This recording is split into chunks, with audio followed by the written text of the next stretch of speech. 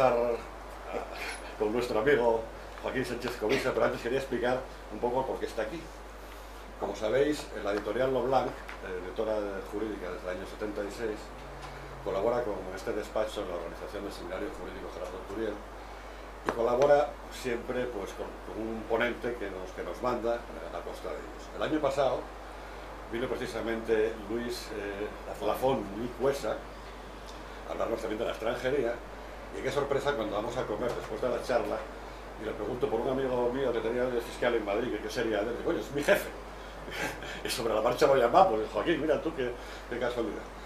Y le hice prometer que este año, este curso, vendría a darnos una charla sobre este tema. Joaquín Sánchez Covisa, mi amigo de la infancia, de la adolescencia, de mi juventud dorada, de esta segunda inocencia que diría el poeta en aquel disco que escuchábamos en los veranos del Banco en el año 68-69.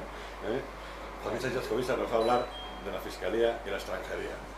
Agradezco muchísimo la presencia, en primer lugar, de la fiscal jefe del Principado, de la directora general de Igualdad, de la fiscal de extranjería y principalmente la de Jesús Bernal, querido y admirado fiscal con el que tuve grandes encuentros en mi época forense. ¿Verdad que sí? Bueno, Jesús, cuando quieras, por favor. Perdón, Joaquín. Muchas gracias. Yo voy a tratar de sintetizar un montón mi exposición. Un poquitín alto, creo que tenemos una hora aproximadamente. Hora y cuarto, lo que necesites. Vamos a ver, antes que nada, a mí me gustaría clarificar algunos conceptos para que se pueda entender cuál es la función del Ministerio Fiscal en relación con la extranjería. El primero de todos es que no se puede, somos fiscales de extranjería, no somos fiscales de inmigración. Son dos conceptos que muchas veces la gente de forma torticera puede llegar a confundir. No voy a explicar cómo la Ley Orgánica de Extranjería recoge tanto el Estatuto Jurídico del Extranjero como también muchos aspectos referidos a la inmigración, pero lo cierto es que no se pueden confundir. Para que os hagáis una idea, en España, según los datos que me facilitó ayer el comisario de la UCRIF, principal de la UCRIF, hemos recibido o tenemos en situación de estancia en España 5.919.161 inmigrantes, con gente que está con autorización de residencia en España. Es una cifra que paradójicamente, a pesar de que se haya producido una crisis económica galopante y que es evidente que ha habido muchas personas que tenían situación de residencia y se han vuelto a sus países de origen, lo cierto es que tenemos más de 200.000 personas en relación con el año 2011. En 2 años ha aumentado, no ha decrecido el número de este tipo de autorizaciones. También es verdad que la evolución en España ha sido espectacular. Somos el segundo país probablemente del mundo, tras los Estados Unidos, después del año 2000 a 2008, que más inmigrantes ha recibido. Para que os hagáis una idea, en el año 1996 en España un 1,36% de la población eran ciudadanos extranjeros. Hablamos de 542.314 personas y os comentaba que en el año 2013, es decir, cifras de finales del 30 de septiembre del 2013, hay 5.919.000, estamos hablando casi de 6 millones. Estamos hablando del 12,19% de la población. Si acudimos a las cifras que nos facilita el Ministerio de Industria, Energía y Turismo, estos son inmigrantes, y otra cosa distinta es que España ha recibido hasta septiembre de este año 48 millones de extranjeros y probablemente se acabe el año, según las prospecciones que hace ese ministerio, de más de 58 millones de extranjeros que vienen normalmente como turistas. Ya con estos datos podemos llegar a daros cuenta que el fenómeno de la extranjería afectaría o puede afectar a un número que es superior al de los habitantes que hay en España y que no se puede comparar con la problemática que suscitan los inmigrantes, es decir, aquellos que han venido a España con una vocación de cierta permanencia para desarrollar una actividad laboral, formativa o de cualquier otro tipo. Los turistas serían fundamentalmente los que conforman ese bloque de más de 48 millones que han recibido hasta la actualidad. Por eso, lo primero, lo primario es que cuando acudimos a cifras oficiales, por ejemplo, que el 31% de la población recluida en los 97 centros penitenciarios españoles son extranjeros, no confundáis, son extranjeros, no son inmigrantes, ni su delito necesariamente guarda relación alguna con la inmigración.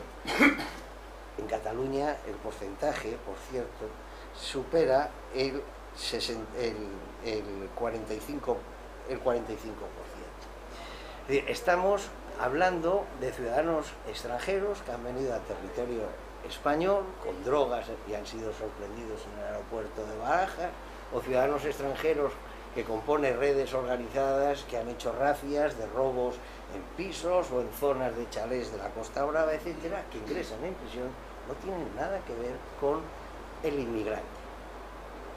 Es bueno que se recoja este mensaje para que no se confunda lo que por algunos de manera torticera se quieren vincular delito e inmigración.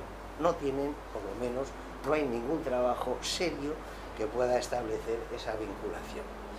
Otra de las aclaraciones que me parece que es muy importante precisar, y es un tema con el que nos enfrentamos, ¿verdad, Dori?, todos los días, es que la legislación española en materia de inmigración, en materia de extranjería, perdón, está en constante evolución. No para. Y es una evolución, lamentablemente, que desde mi punto de vista ha ido desde la regulación del Estatuto Jurídico de los Extranjeros, preocupación de los derechos y libertades de los extranjeros en España, como ocurrió en la legislación del año 85, no había extranjeros en España prácticamente, como no fueran los turistas, hasta una tendencia de varias reformas. Se han producido ya 5 reformas de la Ley Orgánica de Extranjería de la 4/2000, tendentes al control de los flujos migratorios. Y eso no es un capricho, sino es una consecuencia directamente vinculada a la integración de España en la Unión Europea, el territorio Schengen, la formación de un espacio de libertad, justicia y seguridad, la necesidad del control de las fronteras exteriores, etc. Simplemente no es el momento ahora, evidentemente, para que tengáis noticia de ello, pero os aconsejo que leáis 4 directivas de la Unión Europea donde esta tendencia es remarcada, es señalada.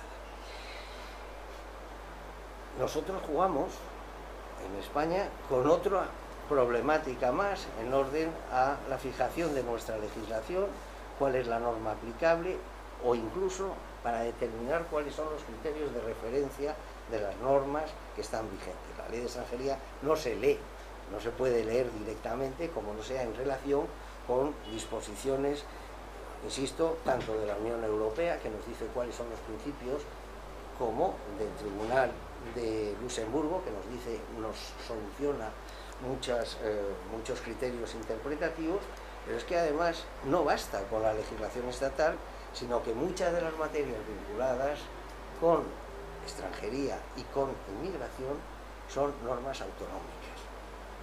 De tal manera que eso establece un plus de dificultades a la hora de establecer lo que para el Ministerio Fiscal ha caracterizado desde 1845 su función, que es la formación de una unidad de criterio y seguridad a la hora de interpretar las normas y transmitirlas a la sociedad a través de los tribunales. Y esa dificultad la encontramos porque precisamente con el sistema constitucional del artículo 149.2, muchos, aunque no sean materia transferida, ya sabéis que extranjería, inmigración, etc., es materia exclusiva del Estado. Sin embargo, todo el conjunto de disposiciones que favorecen la gestión de las situaciones de los inmigrantes o de los extranjeros en España en cada momento, en muchos casos van a venir vinculadas o directamente recogidas por comunidades autónomas. El caso más significativo es en materia de protección de menores. En España es una preocupación constante, una tragedia, la problemática sobre los menores extranjeros no acompañados que vienen a nuestro territorio. De ahí la necesidad de que se haga precisa la formación en cada territorio autonómico de distintos protocolos de protección en unos casos de menores o, como veremos posteriormente, en materia de trata de seres humanos, probablemente el delito más vergonzante de la sociedad contemporánea. Perdón, Joaquín, yo lo dije antes, pero podéis intervenir en cualquier momento y interrumpir. Al ponente no le importa seguramente, ¿eh? A mí no. Es más, sí, yo a tu disposición. Bueno, a disposición de ellos, siempre con la venia del maestro. Ay, Joaquín, oye, me voy a tener que marchar, porque yo soy muy vergonzoso, aunque he perdido la vergüenza con la edad. Yo me considero un discípulo, un mediocre discípulo de un gran maestro, como es. Bueno, hay otro tema que nos preocupa o que lamentablemente no se desarrolla convenientemente o es desconocido en muchos aspectos por parte de los operadores, como se dice ahora, jurídicos, me refiero a jueces y fiscales, pero también abogados, es el juego de los convenios internacionales o bilaterales, no ya como normas de referencia para la interpretación de determinados preceptos de la ley de extranjería, del Código Penal, sino sobre todo en relación con los convenios bilaterales. Parece mentira, pero hay gente que desconoce que muchas de las materias que estamos utilizando existen convenios de cooperación con Marruecos, con Mauritania, con Senegal, con una multitud de países mucho más relevantes de lo que nos imaginamos. Es curioso, desde la coordinación de la Fiscalía General del Estado,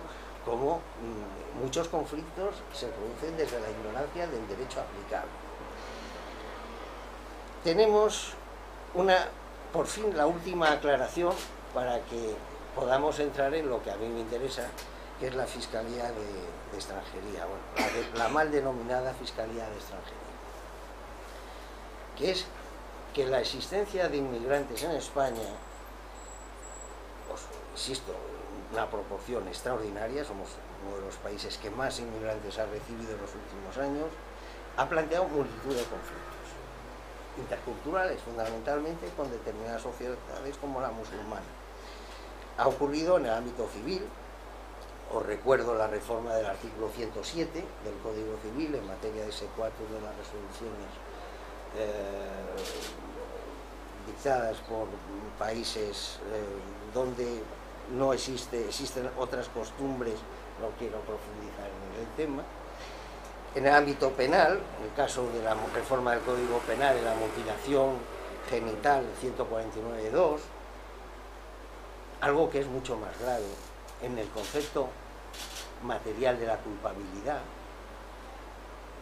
Es verdad, y eso es un tema que preocupa en toda Europa, cómo desde las costumbres que forman incluso, o son sentimientos religiosos profundos, que es la normalización de la actuación en una determinada cultura, pensemos el matrimonio concertado por los padres con respecto a una hija menor de edad y que se llega a consumar, ¿no? Puede provocar unas situaciones de conflicto, ya no solo en el ámbito de la culpabilidad, porque hasta qué punto se siente vinculado o coercionado por la norma española a la hora de tener acceso carnal con su cónyuge que no ha consentido, caso de violación. Estamos hablando de algo que ocurre todos los días o que por desgracia ocurre, sino que también tiene trascendencia en el ámbito de las relaciones internacionales en la medida en que puede provocar inaplicación de convenios tan trascendentes como el de traslado de personas condenadas, porque se trataría de trasladar a una persona con la comisión, por ejemplo, de un delito de violación por haber tenido acceso carnal con una chica sin su autorización, sino simplemente con su mujer, porque así lo decidieron los padres, y ser trasladada a un país de origen donde allí la norma es esa. Entonces es muy difícil que se pueda llegar a congeniar.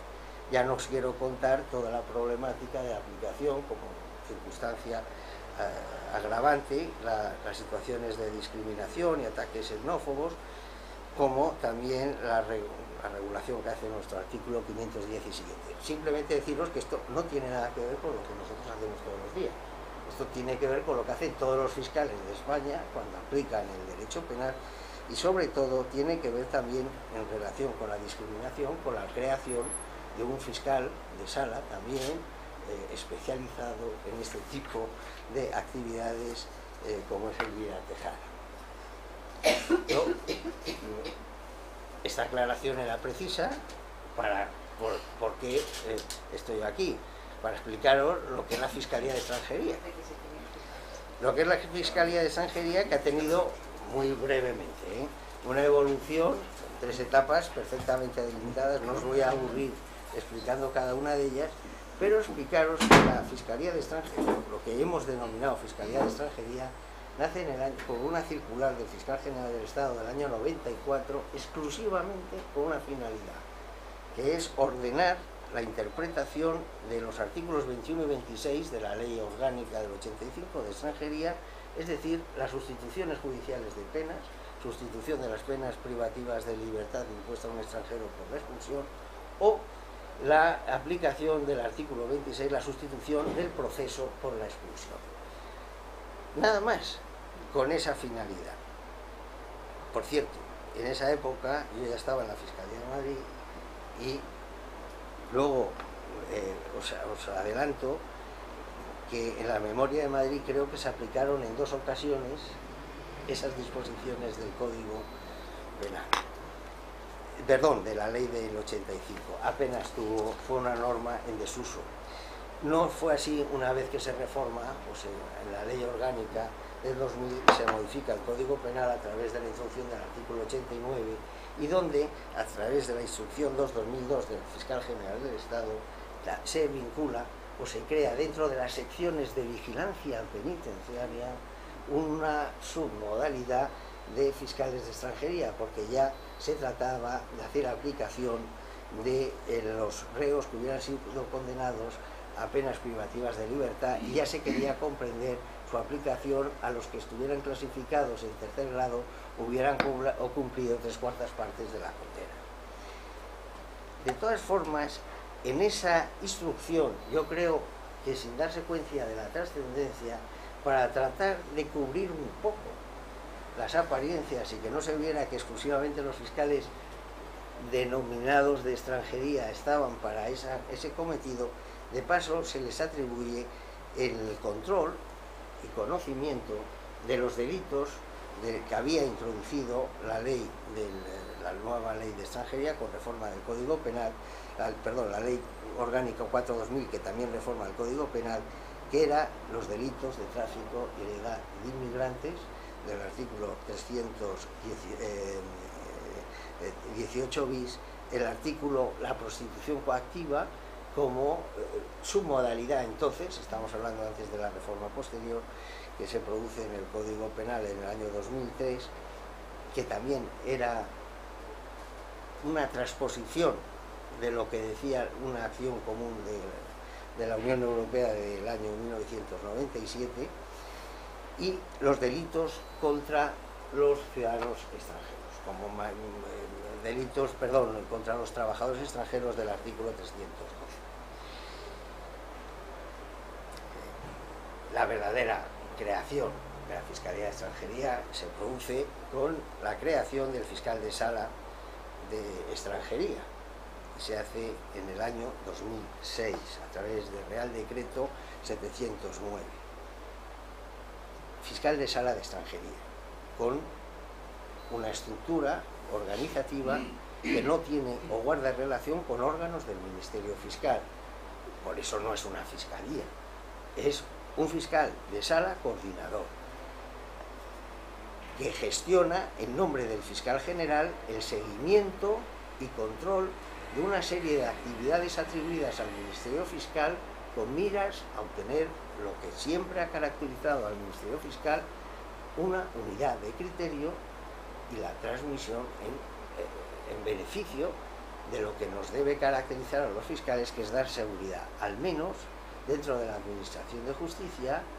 La magistratura arrogante, como es el Ministerio Fiscal, tiene un solo criterio, aunque pueda tener distintas interpretaciones. Es fundamental, los ciudadanos lo exigen. Es intolerable que el mismo precepto, un fiscal de Barcelona lo interprete de una forma, el fiscal de Almería lo interprete de otra. Perdona, Joaquín, ¿el fiscal de sala quiere decir, o tiene algo que ver con el fiscal de sala del Tribunal Supremo? Vamos a ver, fiscal de sala del Tribunal Supremo no existe. Existe fiscal. Claro, por ejemplo, Jesús fue fiscal de sala del Tribunal Supremo. No, fue fiscal de sala, fiscal jefe de la sala de la primera. En la sala de lo civil, pero no hay un fiscal de sala. Antes ni siquiera se llamaban así, se llamaban fiscales generales y luego pasaron a ser nombrados fiscales de sala, tanto para que iban a hacer para no confundir con el fiscal general. Con el fiscal general.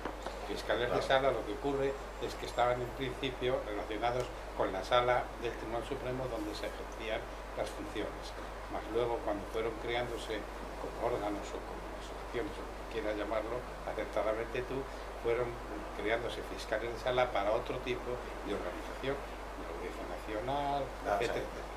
El Estatuto Orgánico del Ministerio Fiscal distingue 3 categorías dentro del Ministerio Fiscal. Primera categoría, fiscal de sala. Segunda categoría, fiscal. Tercera categoría, abogado fiscal.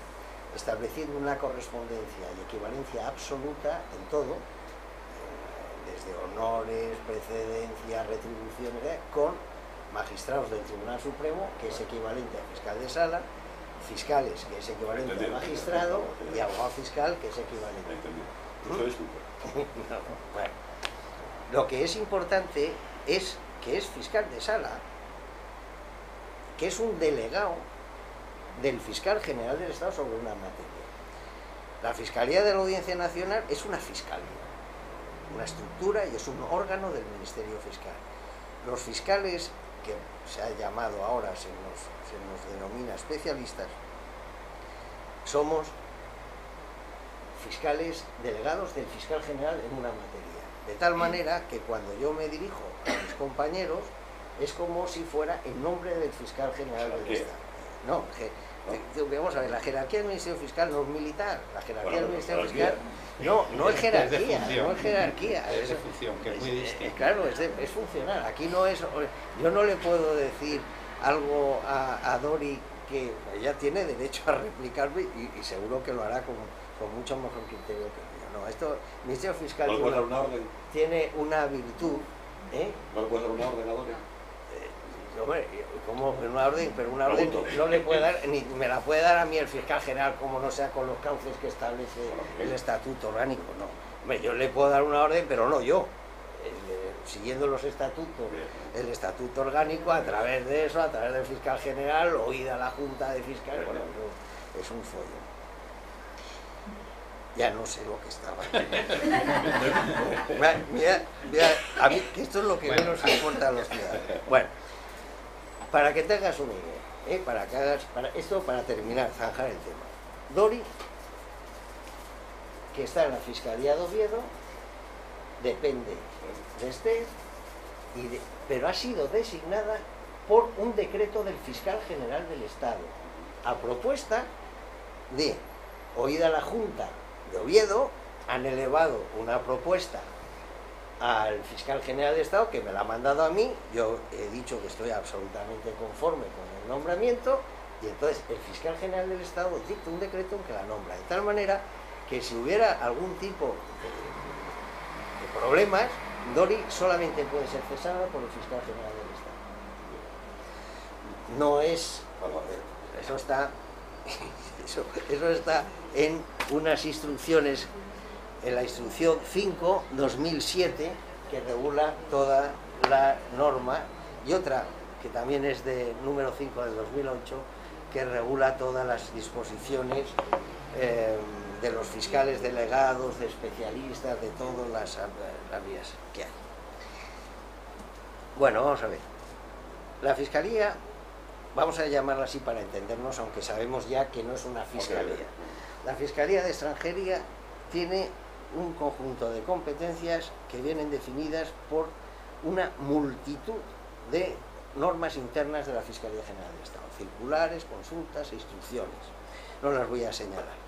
Simplemente os voy a decir unas cuantas para que os deis cuenta, señalar cuáles son los problemas con los que nos encontramos en nuestra actuación diaria, y luego sí que quiero, porque me siento obligado a ello, hablar del tema que a mí más me preocupa hoy en día, que es la trata de seres humanos.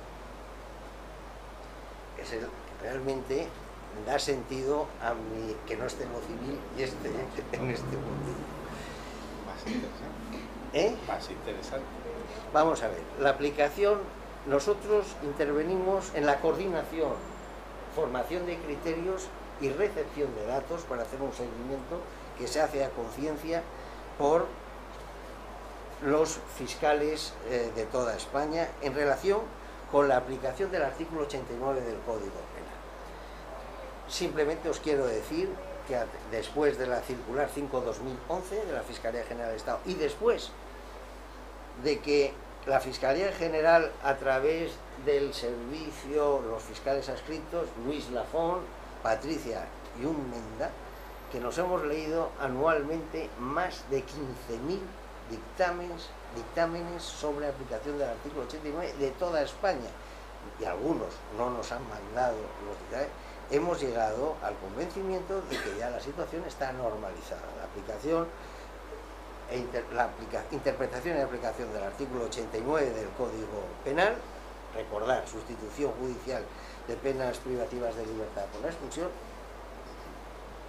Puede haber algún caso patológico en un caso aislado en una fiscalía, pero podemos estar satisfechos. O sea, ya, tanto es así que hemos prescindido y hemos ya dado instrucciones a todos los fiscales de España que no nos vuelvan a mandar. Estamos perfectamente satisfechos de la unificación de criterio. Surgen problemas todavía en interpretación y aplicación del artículo del Real Decreto 240/2007, es decir, la expulsión de ciudadanos comunitarios cuando sí se encuentran o no pueden ser imputados, abarcados por la disposición del artículo 89. Lo hemos resuelto en la circular, es evidente, y además sobre ello se ha pronunciado de forma reiterada el Tribunal de Luxemburgo. Hemos conseguido, aunque ya dudo que la gente lo esté utilizando debidamente, resolver todos los problemas con los que se encontraban muchos fiscales de toda España a la hora de, en el servicio de guardia o en actuaciones urgentes, poder tener acceso a la condición de residencia legal o no legal del ciudadano extranjero. Ya se nos ha puesto una terminal en todas las fiscalías del archivo Adestra para tener esta información. Con ello hemos conseguido en alguna ocasión salvar dentro de lo posible que hayan sido expulsados individuos por una comisión de un delito de poca entidad y sin embargo hallarse procesado en Barcelona por un homicidio, que esas situaciones habría que corregir. Y hemos tenido algo de lo que me encuentro especialmente satisfecho, porque tuvimos y seguimos manteniendo una relación estrechísima con instituciones penitenciarias, la Secretaría General de Instituciones Penitenciarias, para impulsar en sus justos términos lo que previene el párrafo 5 del artículo 89. Esto es, los internos clasificados en tercer grado o cumplido las 3/4 partes de la condena. Al contrario, yo evidentemente no participo en otros debates como no sean los profesionales, independientemente de lo que veáis publicados por algún medio de comunicación. La razón de esta coordinación y por la cual se procede a la expulsión sustitutiva del último periodo de la condena es simplemente para evitar discriminaciones con ciudadanos españoles. Es decir, un español, por el hecho de tener arraigo y familia en España, puede cumplir en situación de semilibertad o de libertad plena en su familia, mientras que un extranjero, que estamos hablando no inmigrante, como en alguna ocasión he oído por ahí, un extranjero, o una de dos, o lo dejas en la calle o se tiene que ir a su país de origen. Y se ha conseguido una aplicación, insisto, normalizada. Normalizada no significa que pueda haber un problema, que puede haber un caso patológico, pero es normalizado. Más grave es nuestra función en la persecución de los delitos que nos están encomendados. Inmigración clandestina, contratación colectiva de trabajadores, explotación laboral, prostitución coactiva, que serían los más importantes. Vamos a ver. En relación con la inmigración clandestina, estamos satisfechos, incluso ha habido un reconocimiento ya por el Tribunal Supremo que nos ha admitido alguna interpretación que se recoge en la circular 5/2011. Leerla, por favor, es un buen trabajo, no leerla, y aprenderéis algo de extranjería y derecho penal. Hemos clasificado, y ya existe una persecución unificada, ya hemos conseguido por fin unificar los criterios en la persecución de los delitos que en España normalmente son constitutivos del 318 bis. Inmigración marítima, cayucos, pateras, buques y motores humanos. Vamos a ver, ¿qué es eso? Precisamente lo que quiere el protocolo de Palermo contra el tráfico ilícito de inmigrantes de Naciones Unidas del año 2002, que se persigan aquellas situaciones en las que son trasladados los ciudadanos extranjeros, los inmigrantes, a otro territorio en unas condiciones infrahumanas y como si fueran meras mercancías, pero siempre partiendo del dato o la base de que el traslado es voluntario. Eso va a ser lo que nos va a diferenciarlo de la trata de seres humanos. Hemos conseguido, la verdad es que nos llevamos bien con algunos magistrados del Tribunal Supremo y estamos muy satisfechos de algunas sentencias que ponen en sus justos términos lo que el artículo 318 bis originariamente era interpretado de una manera extraordinariamente, probablemente un poco formal.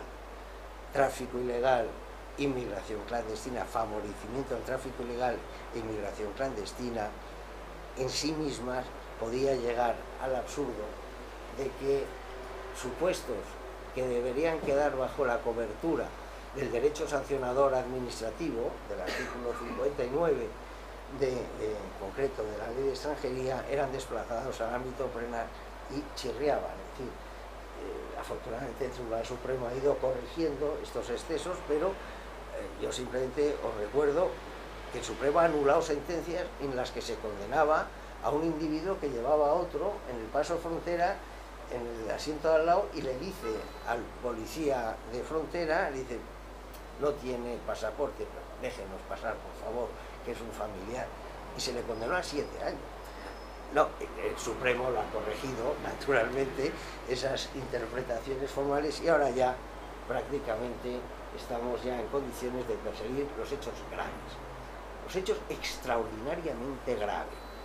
El traslado en un cayuco desde Cabo Verde o desde el Golfo de Guinea a Canarias, o de una patera desde Mauritania, Marruecos, a las costas mediterráneas españolas o a Canarias, son en unas condiciones que provocan una situación de desasosiego y tremenda. Es decir, van en una embarcación de un trozo de madera que está previsto para que transporte a 4 marinos pesca de bajura, van hasta 200 personas puestas de pie como latas de sardina, hay roces, la policía del sistema de control es tirar por la borda, provoca cualquier tipo, de tal manera que no sabemos, sobre todo hasta el año 2008, no sabemos cuántas personas acabaron en el mar. No sabemos cuántas, porque van sin mecanismos de navegación, han acabado en el Atlántico perdidos. ¿Cuántas vidas humanas, cuántos seres humanos han quedado por ahí destrozados? Y sabed que se han encontrado restos de cayucos en las costas de Brasil. Esa tragedia, y estamos hablando que en ese periodo más de 30.000 se desplazaron a Canarias, en el caso de las pateras es igual o es semejante. Ahora lo veis en la televisión con lo de Lampedusa, Y eso, bueno, esas circunstancias es lo que no puede sufrir o no podemos, y naturalmente sabiendo que los que se trasladan son las víctimas, las redes que trafican con estas personas de manera extraordinariamente lucrativa, poniéndolas en peligro, esos nunca van en la patera. Lo más que hacen, y eso es un sistema que nosotros se ha logrado, y hay jurisprudencia del Supremo que así lo confirma, es un subtipo privilegiado que viene recogido en el artículo 318 bis, la posibilidad de rebajar la pena cuando el patrón o el que conduce la embarcación la conduce para pagarse el mismo la inmigración o el sistema de inmigración. Bueno, en esta materia la verdad es que funciona la coordinación con la Fiscalía de la Audiencia Nacional, funciona extraordinariamente bien la relación con la Justicia Central y funciona. Ya hemos tenido que acudir en más de una ocasión a Eurojust para tratar de solucionar algunas investigaciones que estábamos llevando sobre redes. Hablo en este caso de crimen organizado y que estaban en estos del este de Europa, y ha dado sus frutos, como se ha visto en la audiencia de Málaga. Los demás temas no voy a pasarlos de lado, porque si no, en la 1 menos 5 tienes tiempo de sobra, ¿eh? No voy a poder hacer campaña en favor de la trata, en contra de la trata de seres humanos. Bien, derecho penitenciario, las relaciones con instituciones penitenciarias, ya os lo podéis imaginar, menores extranjeros, es extraordinariamente complejo el tema, y es complejo porque hay intereses en que no se haga. Ya estuvo Luis el año pasado hablando sobre la problemática, yo no voy a insistir, simplemente deciros que nuestra intervención cada día se amplía más. Y digo la intervención de extranjería, no la intervención de la Fiscalía de Menores. Junto con la función que teníamos atribuida de la tramitación de los expedientes de determinación de edad de los menores extranjeros no acompañadas, del artículo 35.3 de la Ley Orgánica de Extranjería, añadimos el desarrollo del nuevo reglamento de extranjería, los artículos 191 y siguientes, nuestra intervención en los expedientes de retorno de repatriación. Vamos a aclararlo, en España no se repatria a ningún niño, es decir, se ha publicado por ahí. El año pasado se han repatriado 4, hablo de memoria, no sé ya si es el año pasado o el anterior, se han repatriado 4 norteamericanos, 4 venezolanos con su abuela, que los ha reclamado, y se publican por ahí que hay repatriaciones. No hay repatriaciones de menores. Otra cosa es la que se desarrolla en el ámbito de reforma decidido por un juez de menores, pero estamos hablando en lo que es nuestra. Yo es que he leído por ahí alguna vez que se repatriaban niños, pero un momento, no se repatrian, no se repatrian. Otra cosa es que no se debieran repatriar, en el sentido que quiere Naciones Unidas que se produzca, porque hay una Convención del Niño que, como todos sabéis, es una disposición aplicable directamente. Somos de los pocos países que la declaran aplicable directamente sin necesidad de ningún otro añadido. Bueno, el problema no es tanto los expedientes de repatriación. Fue un problema. ¿Te acuerdas, Dori? Las primeras jornadas que celebramos en el año 2006, que estábamos discutiendo sobre la capacidad de obrar del menor maduro. Estábamos discutiendo si había que oír a un chico de 16 años en un expediente de repatriación. Es que entonces sí que era un problema. Se acabó el problema porque lo que ha hecho el artículo 191 y siguientes del reglamento de extranjería es recoger ad pedem litere el informe del Consejo Fiscal, que no es otra cosa que el traslado al ámbito del reglamento de extranjería de la doctrina del Tribunal Constitucional sobre la materia. Se le ha dado, y ya han desaparecido ahí los problemas, se han trasladado, por el contrario, a los expedientes de determinación de la edad. Yo no me quedo tranquilo si no aclaro alguna cosa. decía que nos están, sobre ese tema que luego volveré. Coordinación del registro de menas, fundamental, trascendente. Es una creación del 215. Antiguamente estaba en el reglamento de extranjería en el artículo 92 y la verdad es que no funcionaba.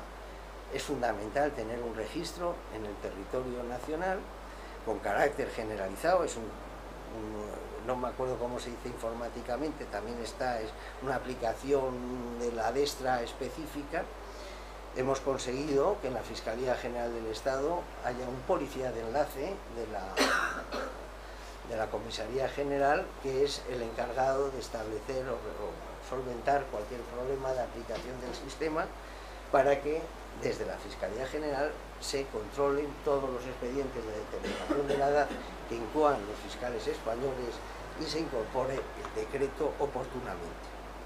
Esto no va a funcionar como merece hasta tanto en cuanto no se apruebe el protocolo marco de protección de menores extranjeros, el protocolo marco de menores extranjeros no acompañados, que está en fase de elaboración, para que después todas las comunidades autónomas lo vayan adaptando a sus distintos territorios. Porque no sé si sabréis que cuando los fiscales se enfrentan al fenómeno de la determinación de la edad, todos son problemas. Vamos a ver. Hay zonas donde los médicos, eso ocurrió en Cádiz, por ejemplo, llevaban por orden del fiscal al menor no, a la persona indocumentada de cuya edad se dudaba, para que le hicieran la prueba radiológica de la mano izquierda informada, es decir, con consentimiento informado, etcétera, y llegaba el médico que estaba de guardia y decía, no, perdón, mi trabajo no es hacer estas cosas, yo estoy aquí. Eso me recuerda a lo que se planteó aquí con las pruebas de alcoholemias en Oviedo, que conoces tú perfectamente. Sí. Acuérdate la consulta aquella. ¿Te acuerdas? Que había debajo cosas que no es necesario comentar. Ya. Bueno, el caso está que eso se ocurre. Las comunidades tienen que establecer ese servicio a las 24 horas. Las comunidades tienen que tener un servicio médico permanente y no solamente eso, sino que lo haga conforme. Ahí hay unas recomendaciones del Defensor del Pueblo que nosotros suscribimos, aceptamos plenamente.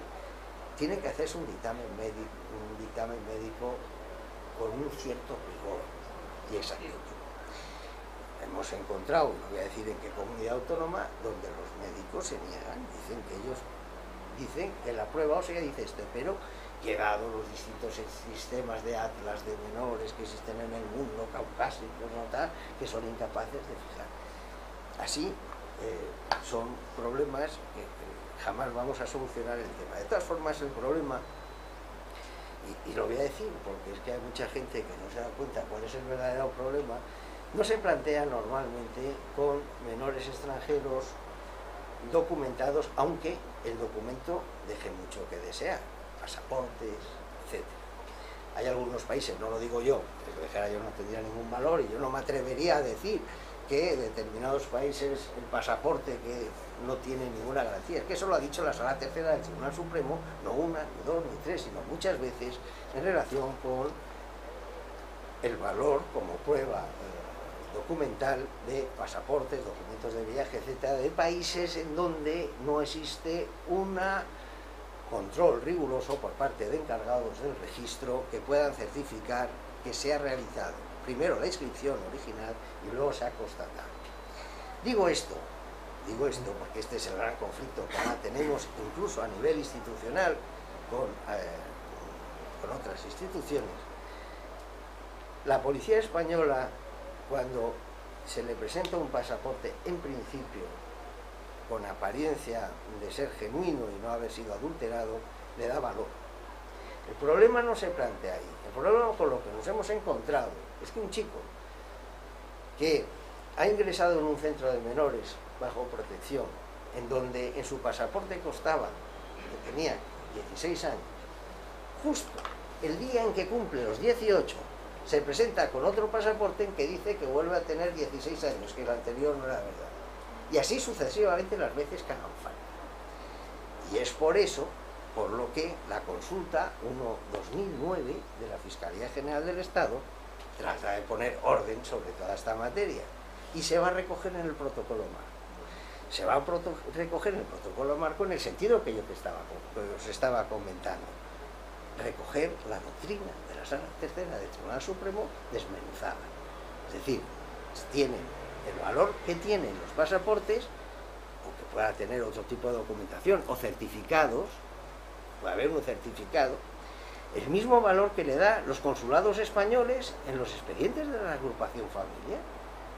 Afortunadamente, os tengo que aclarar, y para mí es una satisfacción, es que el Tribunal Constitucional, en una sentencia, en un auto del año de septiembre, de julio, lo tengo por aquí, luego si os interesa, en la referencia, 2 autos han avalado la doctrina de la circular 1/2009 de la Fiscalía, se ha inadmitido a trámite los recursos que iban tratando de sortear esta doctrina. Bueno, no son los únicos problemas. En menores hay un problema muy grave, que es el de la documentación. Todo eso se va a recoger en el protocolo marco. A ver si puedo llegar de una vez a la trata de seres humanos. Prisa, hombre, así de tiempo. No, tú no tienes prisa, pero yo me tengo que volver a Madrid. Llévote yo. Llévote yo. Ya. Bueno, no os quiero contar que hay otra multiplicidad, una barbaridad de problemas que nos han ido surgiendo y que hemos tratado de resolver muchas veces a través de las reuniones de fiscales especialistas, tema de los saharauis, adquisiciones de nacionalidad, la falta de valor de las documentaciones que otorgan o que conceden las autoridades saharauis. La Fiscalía no puede resolver un problema como es el reconocimiento de un Estado si no lo hace antes el gobierno español. Nosotros no podemos resolver eso. Hemos tratado de solventar muchos criterios interpretativos, ¿verdad, Dori?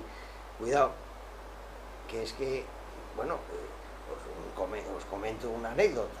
En Córdoba, en un pueblo olvidado de la provincia de Córdoba, que nadie se acuerda, vamos, que yo no sabía ni que existía, se presentaron 1000 saharauis pidiendo que se les reconocía, que se iniciara un expediente de reconocimiento de nacionalidad española.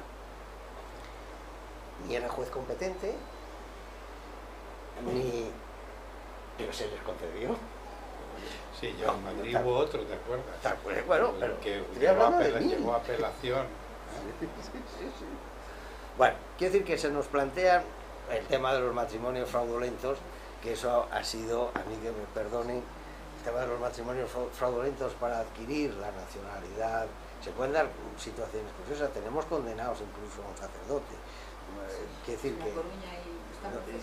Fíjate, ese está procesado. El cura, que los acude, todo. No, pero vamos, denegado por el juez del registro civil y se iban al cura. No, se nos ha pasado, sí. No, y tenemos anécdotas. No sé qué me comentaron otro día en una reunión, que una mujer ya eran no sé cuántos matrimonios por 5. Que llevaba muchos ya. Ya, no sé cuántos. Y un despacho de abogados también estaban domiciliados, pero como 700.000 en aquel... No, hay muchos, pero cuidado, no tiene ningún valor todo esto porque la ley de extranjería se ha modificado y admite la convivencia de hecho, por lo tanto ya no hace falta casarse. Ya no hace falta cometer matrimonios de esta. No os quiero contar toda la problemática en relación con la aplicación del 57.7 de la Ley Orgánica de Extranjería, sustitución del proceso por la expulsión, pero sobre todo la aplicación del artículo 61.1, medida cautelar de internamiento en centros CIES, y la inspección de los CIES. Eso lleva muchísimo trabajo, sobre todo a 8 fiscales de España, porque hay CIES en 8 localidades. No sería imposible que simplemente acercarnos a la problemática de cada uno. Yo por eso no estoy haciendo una relación del sumario, porque quiero llegar a la trata.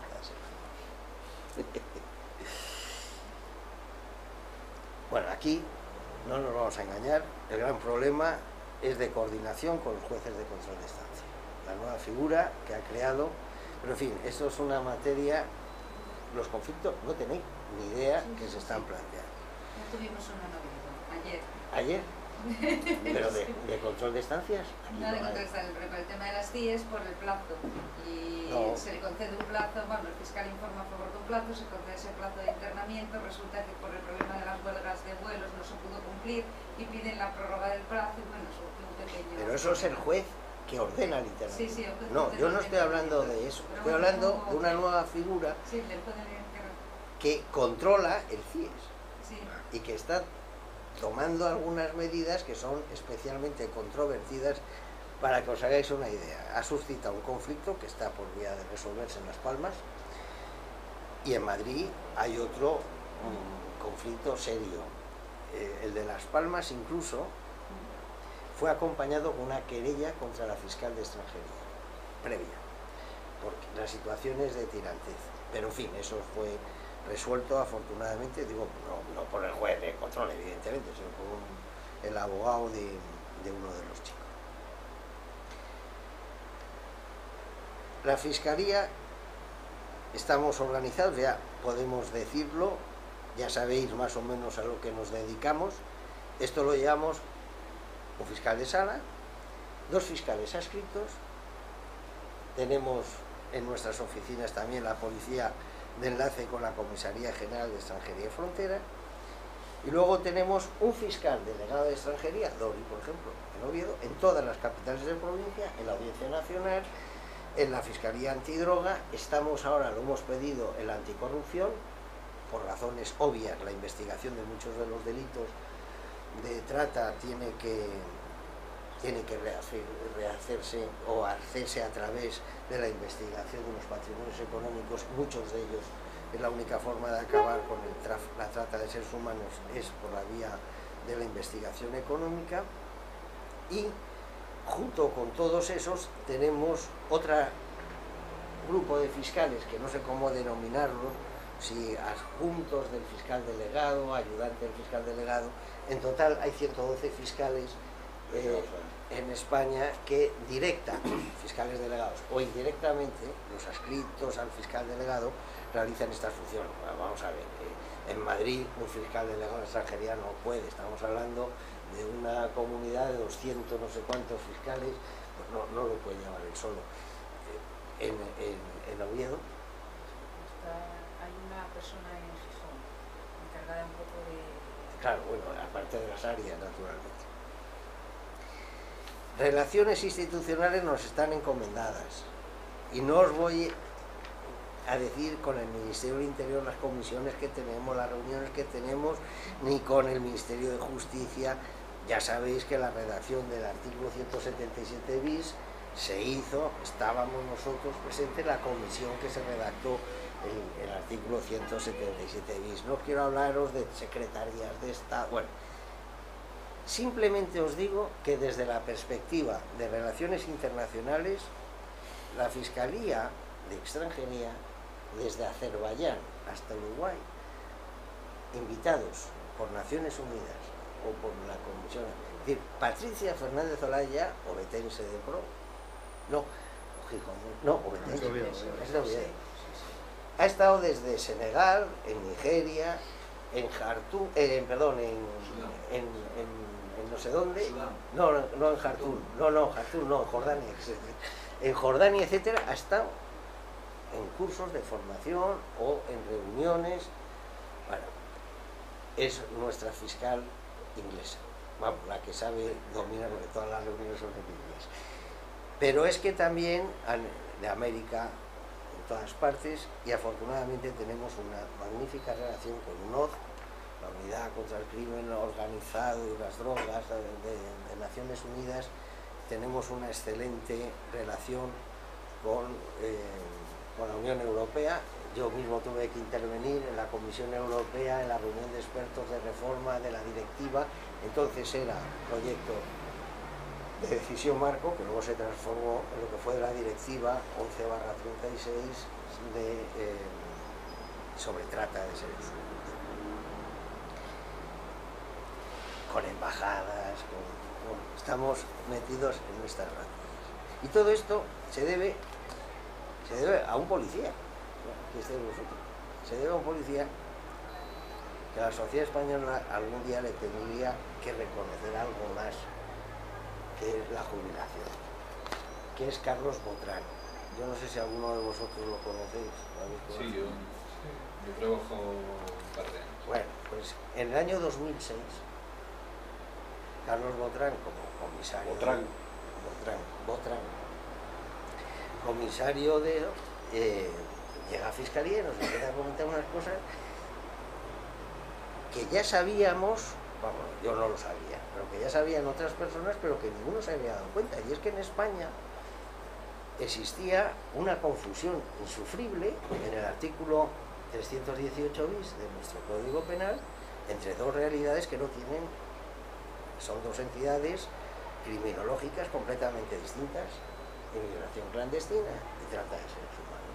Algo que estaba recogido en todos los convenios, vamos, en los protocolos de Naciones Unidas, estaba así reconocido por la propia Unión Europea, aunque de manera un tanto confusa, a pesar de lo que digan, la Unión Europea siempre va detrás de Naciones Unidas, y por fin fue ratificado por el Convenio de Varsovia contra la trata, que es del año 2005.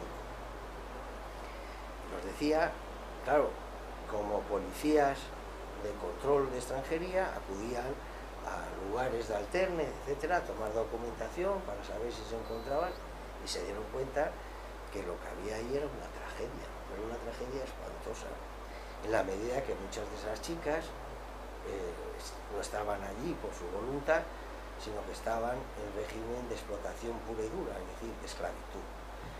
Y comentaba incluso, llegaba a comentar que la UCRIF central tuvieron que ellos establecer sistemas de protección de estas chicas, las veían aterradas, no tenían medios ni capacidad para comprender cuál era la realidad de estas chicas, de tal manera que ellos mismos les facilitaron incluso su protección en el sentido para que no las agredieran o no las... Bueno, afortunadamente esa realidad ya no hay en España. Ya en España tenemos un sistema avalado que ha implicado la transposición casi, a pie de litere, digo casi porque hemos seguido lo que Naciones Unidas quiere que se haga, y es adaptarlo a cada legislación, al menos el lenguaje, porque derecho también es lenguaje. De tal manera que se ha transpuesto al artículo 177 bis lo que el protocolo de Palermo, no la Convención de Varsovia, que a veces la gente se confunde. Hay otros aspectos de la Convención de Varsovia que se recogen en el protocolo de Palermo. Lo que el protocolo de Palermo quiere, y es que se persiga la captación, el traslado, el transporte, la recepción, el alojamiento, conductas alternativas. Cuando se haya utilizado violencia, intimidación, coacción, abuso de superioridad, vulnerabilidad o de necesidad de la víctima para explotarla, para convertirla en una esclava. Claro, eso está recogido en el Código Penal. Y digo que se recoge lo que quiere el protocolo de Palermo, a pesar de que por algunas ONGs o por algunos en este tema hablan de lo que recoge la Convención de Varsovia es el sistema de protección de las víctimas, que se recoge en el artículo 59 bis de la Ley Orgánica de Extranjería. El Código Penal 177 se funda en el protocolo de Palermo, y si no, ver sucesivamente. Se hacen matices o aclaraciones que no derivan de Varsovia stricto sensu, sino del conocimiento que se tenía de por dónde iba el camino de la Unión Europea el proyecto de directiva, de tal manera que dentro de las formas de explotación laboral, explotación sexual, laboral y extracción de órganos, se incluye la mendicidad, la pornografía, etcétera, etcétera, para especificar. No, hablar de la trata de seres humanos significa hablar de un negocio. El mayor negocio ya está a la altura de las drogas. Ahí se calcula por parte de la Comisaría General de Extranjería y Frontera, estamos hablando de 5 millones de euros diarios de negocio en España. Estamos hablando de que no es una actividad que la podamos realizar individualmente, exige una cierta coordinación de medios, el que la capta a la chica, el que la traslada o cómo se traslada, cuando se recibe en España, etc. El que la recibe y la que la explota. Exige, por lo tanto, una cierta organización.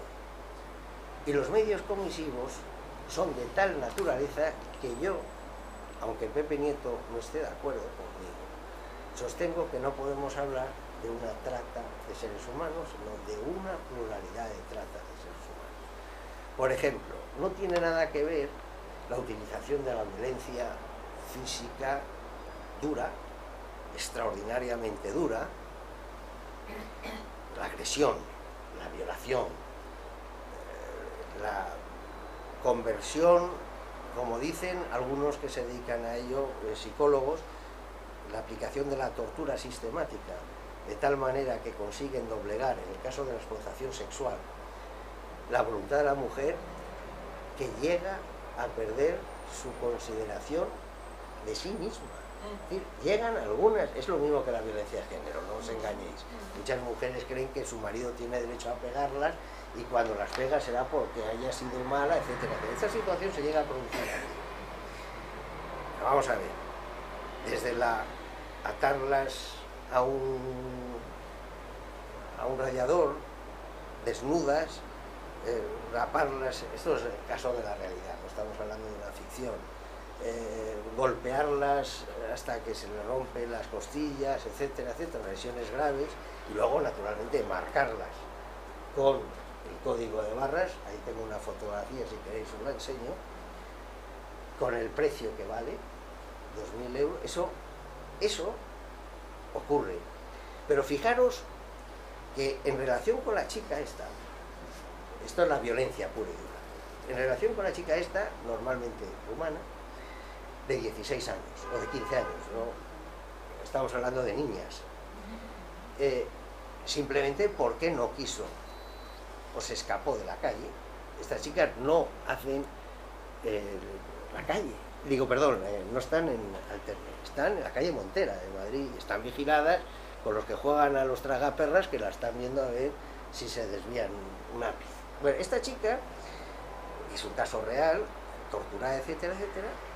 ¿Vosotros creéis que en el lugar donde se la salva por parte de la policía, se la rescata la policía, estaba sola? No, había otras chicas. Ninguna de las chicas ha querido colaborar, ninguna de las chicas ha reconocido nada y no se habían enterado de nada. Es evidente que esto es un escarmiento frente a todas las demás. Eso es un problema, es una forma de trata. Luego está la trata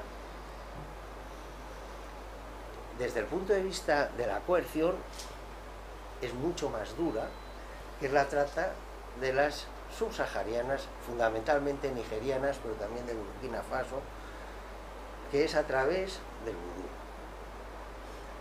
La Fiscalía de Extranjería se ha estudiado ya el derecho penal de los países subsaharianos. Vosotros sabíais que muchos países subsaharianos, el 80% de la población reclusa es por hacer vudú.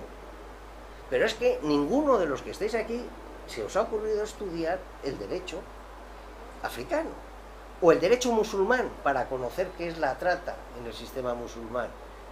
Bueno, pues la Fiscalía de Extranjería ha entrado en colaboración con una doctoranda de la Universidad de Cáceres, que yo la he nombrado colaboradora, que ha hecho un estudio en su tesis doctoral sobre este tema y que en la página, bueno, no lo ha publicado la página web, pero nos lo han mandado a la Fiscalía para que os deis cuenta lo que es el sistema de sumisión a través del vudú. No tiene nada que ver con el vudú americano, el haitiano, no tiene nada que ver. Es unos ritos que tienen que ver con una religión profundamente, creencias muy profundas, pero donde el sometimiento de la mujer es casi más duro que el de la torturada, y que solamente se pueden desprender cuando han cumplido una determinada edad. Ya no es materia aprovechable, y siempre y cuando traigan a una que la sustituya de la tribu, o consigan pagar unas cantidades fabulosas de dinero. Aquí en Oviedo seguro que hay nigerianas, seguros, y os dirán que están aquí porque quieren, y os dirán que yo te aseguro que son explotadas, vamos. Y Lo que pasa es que no... Lo testimonian perfectamente las organizaciones que las atienden. Amaranta, en Gijón, lo sabe, y tenemos incluso testimonios grabados en vídeo, que tenemos un enlace en la página web del Instituto de la Mujer, que el año pasado, en relación con el Día Internacional, el 23 de septiembre del 2012, encargamos un reportaje desde el Instituto de la Mujer, y lógicamente con la identidad velada, pero hay testimonio directo de una chica nigeriana contando todo tipo de atrocidades. Para nosotros, la Fiscalía, estamos ahora haciendo un seguimiento a través la Comisaría General de Extranjería y Fronteras nos remite al minuto todas las investigaciones, operaciones y actuaciones que se realizan en toda España. Lo recibimos y nosotros luego hacemos una criba y selección para ponernos en comunicación con los compañeros delegados si se trata o con el fiscal de la Audiencia Nacional, con el que sea, hacer un seguimiento. Y estamos en que ahora mismo, en el caso de las nigerianas, representa, me parece, lo tengo publicado en la memoria, si quieres te digo exactamente la cifra, es el tercer grupo más importante. No lo voy a mirar porque si no pierdo mucho tiempo. Es el tercer grupo, después rumanas, es el mayor número, es extraordinario. En las rumanas, además, os he dicho el caso, el de la fuerza, ¿no?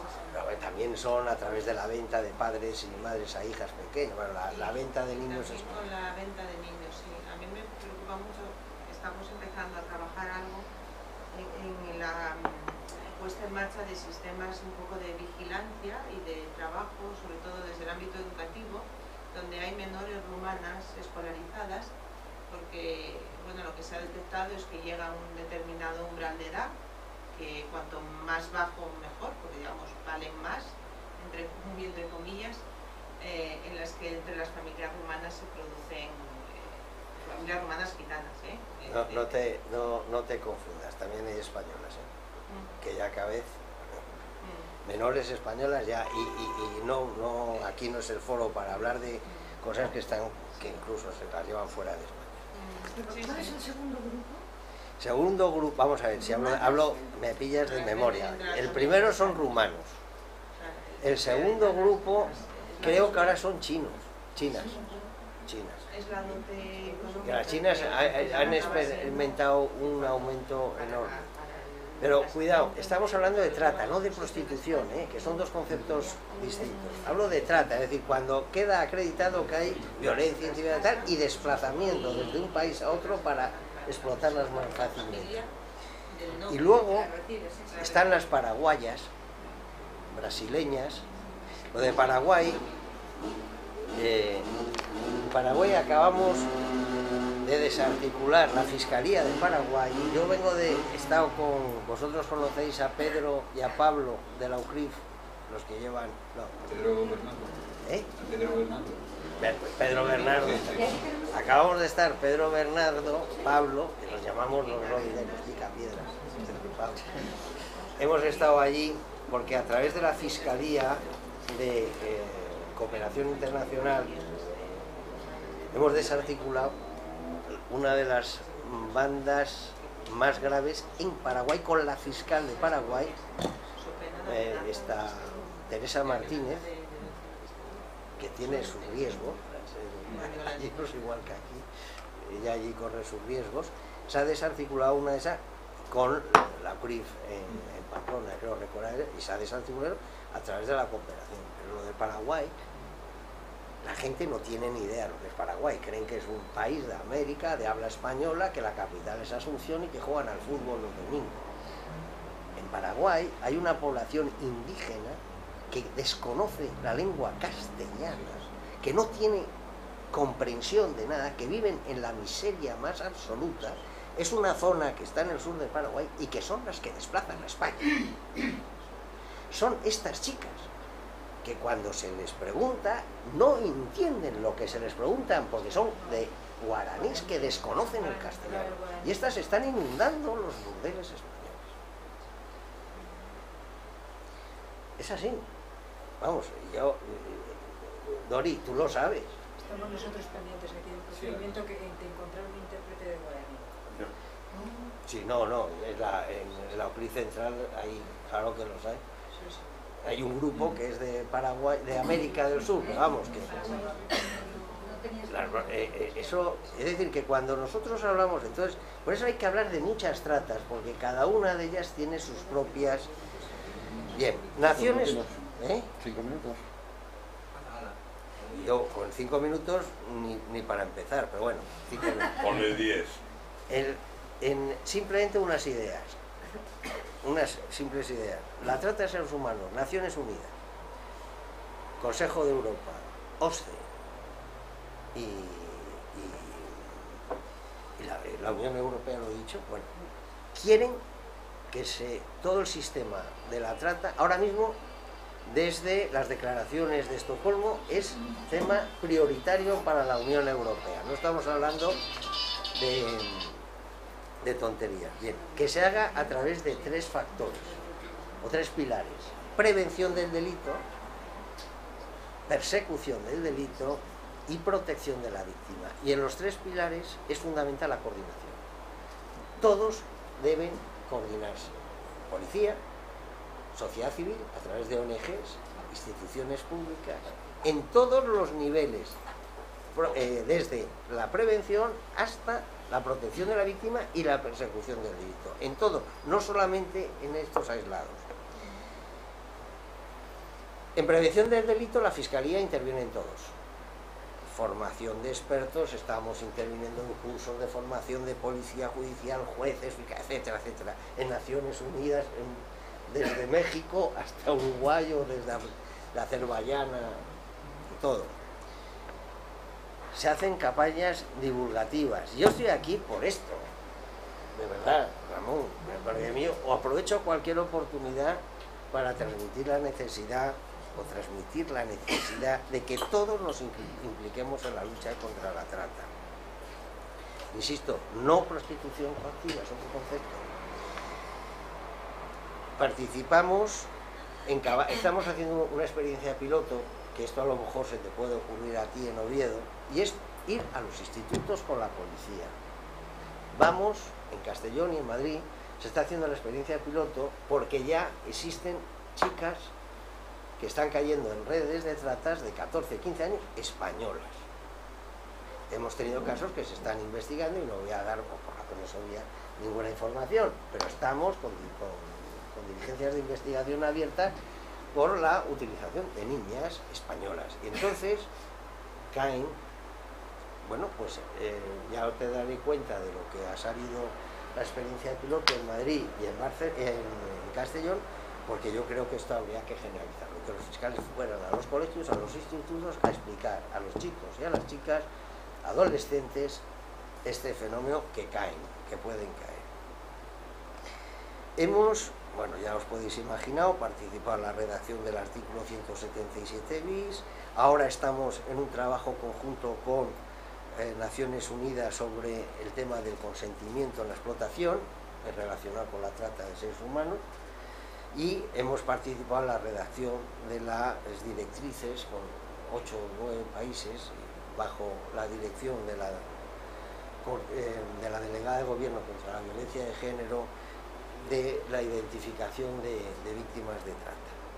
Estamos colaborando en trabajos sociológicos directos con la Universidad Carlos III y con la Universidad de Barcelona, que nos ha propuesto la colaboración, es decir, para facilitar los datos sociológicos y antropológicos y jurídicos sobre todas las condiciones de la trata en España, porque eso lo exige Europa.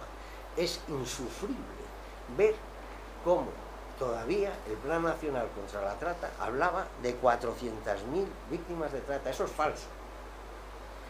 Y produce un efecto boomerang.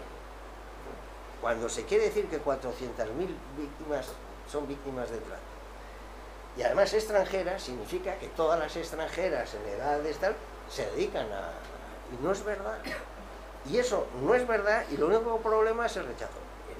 Tenemos sospechas, según los cálculos del CICO, para pensar que pueden ser 15.000 víctimas de trata. Pero ¿nos parece una barbaridad que haya 15.000 personas esclavizadas en España? Ya no hace falta exagerar los datos. Y eso sí que es verdad, porque esas sí que están más o menos controladas. Bueno, en el ámbito de... He perdido la hoja. Ah, no, de aquí. Persecución del delito. Bueno, la vinculación que tenemos, ya es hora, bueno, ya espero que algún día se reforme la ley de enjuiciamiento criminal y seamos un país moderno en donde sean la investigación, que no la instrucción, la investigación del delito la lleve el Ministerio Fiscal y los expertos policiales. No, perdona, es que en una situación de esquizofrenia donde yo tengo que ser el defensor de los derechos de a quien estoy imputando, eso es una situación que existe en la actualidad. Es decir, yo soy garante de los derechos. El fiscal, de todas formas, te voy a decir que la ley de enjuiciamiento criminal no es un partícipe secundario. Teóricamente es el inspector de la actuación del juez, del sumario. El fiscal es el inspector. El fiscal no tiene que ser inspector de nadie. El fiscal lo que tiene que ser es quien participe, como quiere Naciones Unidas. Investigaciones en materia de trata, y ahí tiene que estar comprometida la policía en los conocimientos básicos de sustituir lo que es hasta ahora, que es una investigación reactiva, por una investigación proactiva. Se está haciendo, ya se empieza a hacer y bastante bien, por cierto. Proactiva y de desarticulación, que tiene sus técnicas. El fiscal no es nadie para decir a un experto en investigación policial cómo hay que hacer un seguimiento o cómo hay que hacer eso. Para eso están los expertos, que son la policía. Pero el fiscal es el único que va a dar la cara ante el tribunal y va a tener que trasladar un material probatorio de cargo suficiente y eficiente para, con respeto de los derechos fundamentales, para poder enervar la presunción de inocencia. Y chicos, si no hay esa coordinación, va a pasar lo que está pasando, o ha pasado, ya no pasa. Desde Carlos, en absoluto. Y ahora tampoco pasa que haya esa coordinación elemental. Y eso se está logrando. Y se está logrando con la Guardia Civil también. Y se está logrando en menor medida con las policías autonómicas. Bueno, yo voy a terminar ya, porque no, pero simplemente decirte... No, la pregunta, supongo. O sea, que... No, yo no pregunto, yo quiero... Pero te preguntarán a ti, hombre. ¿Quién? No sé, Chávez. No. Chávez. Yo no, iba a deciros simplemente en el tema de la protección de la víctima, algo sobre las ONGs. ONGs de la Red Española contra la Trata. A pie juntillas, lo que pidan. No digo nada más que eso. De la Red Española, que están reconocidas por el Ministerio. Esas son, en el caso del Gobierno de Asturias, las interlocutoras. Ahora tú tomas la palabra y dices: Joaquín, te voy a dar la satisfacción de decirte que iniciemos con la Fiscalía del Tribunal Superior un estudio para elaborar el protocolo de aplicación de la protección de víctimas, porque eso, ahí tenéis vosotros mucho más que decir que los fiscales. ¿Alguna cuestión, señores? Bueno, Joaquín, Que se atrevan a preguntar. Yo, si me permite, simplemente unas palabras. Primero, para agradecerte que tu invitación a estar aquí presente. Es un honor para nosotros. Pero además es un agradecimiento doble. Primero, porque me permite otra vez consolidar la vieja amistad con Joaquín, a la que es atribuible todos esos elogios que se ha hecho de mí. Sobre todo porque provienen de la verdadera amistad. Y otro porque además le agradezco a Joaquín que me haya desvelado en qué consiste la Fiscalía de Extranjería, que conste que era para mí algo así como un poco de misterio, muy alejado ya del mundo práctico del derecho, pero realmente me asombra la cantidad en el campo de actuación que tiene la Fiscalía, y sé positivamente, no solo por lo que dice Joaquín, sino por otras fuentes, que está actuando magníficamente. Pero únicamente una pregunta, y es que me pregunto si no estamos extendiendo excesivamente el campo del Ministerio Fiscal. porque dentro de las funciones, más bien creo que te has dirigido hacia aquellas funciones que sí tienen un componente, digamos, una inclinación a lo penal, que es uno de los campos clásicos de actuación del fiscal. Otro también al aspecto contencioso administrativo y civil, porque también el fiscal es garante de derechos y libertades, y en ese caso tiene un campo propio del fiscal de extranjería. Pero invadir o extenderse al campo de la prevención de conductas delictivas no es invadir campos ajenos. Y luego otra pregunta ya es casi mucho más personal. ¿En qué medida la Fiscalía de Extranjería no está solapando su actuación en el campo, por ejemplo, de la lucha contra la criminalidad referida a las organizaciones de trata de personas con, por ejemplo, la Audiencia Nacional? No, vamos a ver, eso. Empiezo por la última, que es la más sencilla. Nosotros tenemos nuestro delegado, es decir, los fiscales delegados de extranjería no implican una dependencia de la fiscal de sala de extranjería. Ellos están integrados en la fiscalía. Lo único que